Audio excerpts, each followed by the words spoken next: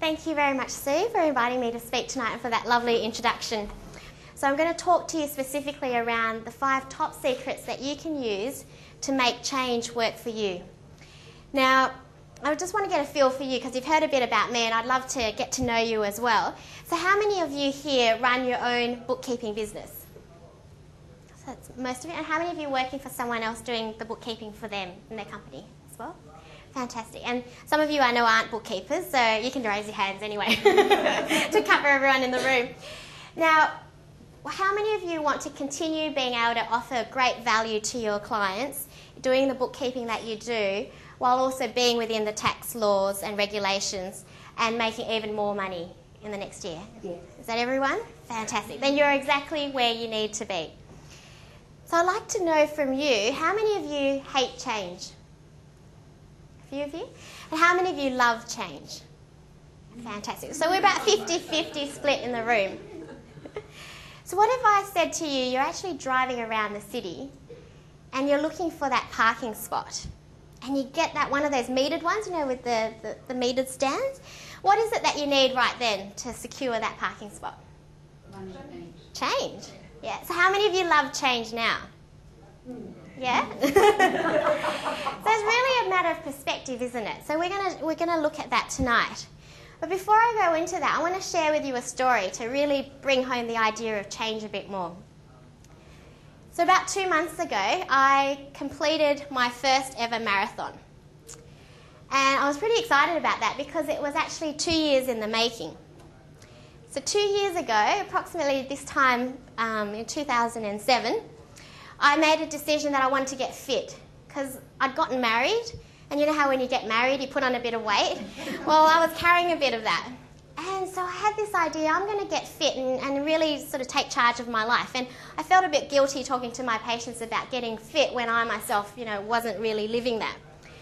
So this idea of a marathon flicked up in my head. And you know when you start having an idea about something, suddenly you meet people who know about marathons or opportunities and resources come to you. Well, I met a guy called Scotty. I was meant to be doing a business meeting with him, but we ended up talking about running.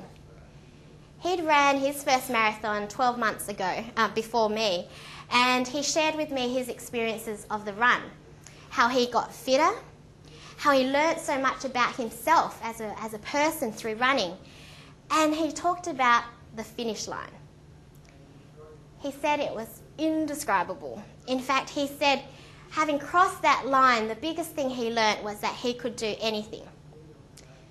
And when I heard that, being a bit of interpersonal development, I thought, I've got to have a piece of that. I want to experience what crossing that finish line is going to be like. I had no idea how to run a marathon. I'd been sitting on the couch a lot. I was good at that. But a marathon, I was a bit out of shape. So we went online and we printed off a whole marathon training program. 2 years worth, because that was my goal.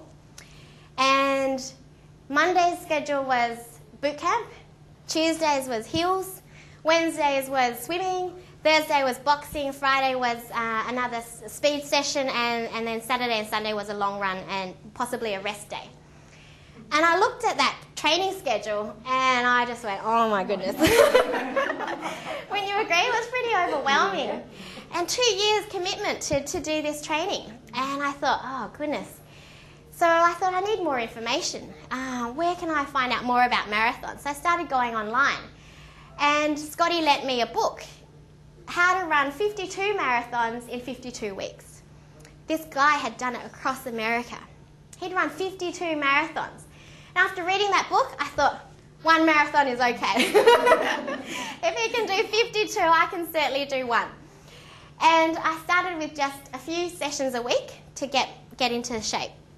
And from then I built on and extended my runs. So I went from 30-minute runs to eventually an hour and a half. And by the end of the 2 years, I was running 3.5 hours for a long run. And they advise you not to run a full marathon in training so that you leave a bit of reserve. So we get to the marathon day, and I've got heart palpitations, my stomach's churning, Mike's there to support me. I advise you not to use the toilets at the start of the marathon. Everyone's a bit nervous. I shouldn't probably say that after dinner, but it was a very interesting atmosphere. You know, all these people who'd worked really hard to get to this place of running this marathon. And leading up to the marathon, I actually had hired a coach because I thought I didn't really know everything I needed to know about a marathon. And I wanted someone who had more experience than me. And so I hired a coach who'd done ultra marathons. She'd done 200k runs through the desert. I thought, oh, well, she can do that. I can manage 42.1k's. That shouldn't be too hard. But she taught me some really valuable things. And one was around the kind of mindset you need when you're running a marathon. Because I noticed if I had a bad day and I was focused on everything bad that was happening, all the negatives, then I would have a really bad run. You know, everything would hurt. But on those days when I was feeling good and upbeat, then I would just fly. It was just a different run completely.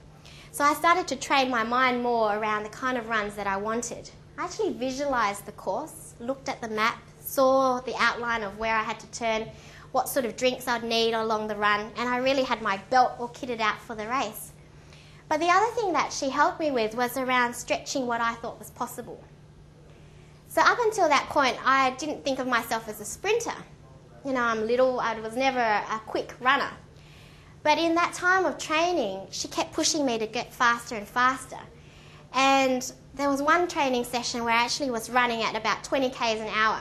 So if you were in your car in first gear, we would have been parallel. It doesn't seem fast in a car, but when you're running it, 20k's an hour is absolutely fast. So she helped me stretch my boundaries of what I thought was possible. So that was all really building up to this race day. So we're there, and the gun goes off. And I start running. I thought, here I am, this is the marathon, 2 years down the track, here I go. And for some reason that day, it was particularly hot. It was like almost 30 degrees on the tarmac and the bitumen. And I knew what time I had to get for each section along the run. I'd mapped it out. And at my halfway mark, I expected to be 15 minutes faster than I was. So I was a lot slower on the run day. And I kept reassuring myself, no, it's okay, this is a marathon. It's not your half marathon that you're used to. This is a full-on one. So I kind of tried to reassure myself. And it got to 3 hours and 30, which was that time, the longest time I'd done in training. And I hit the wall. You know this wall that they talk about? I was thinking, when is this wall coming?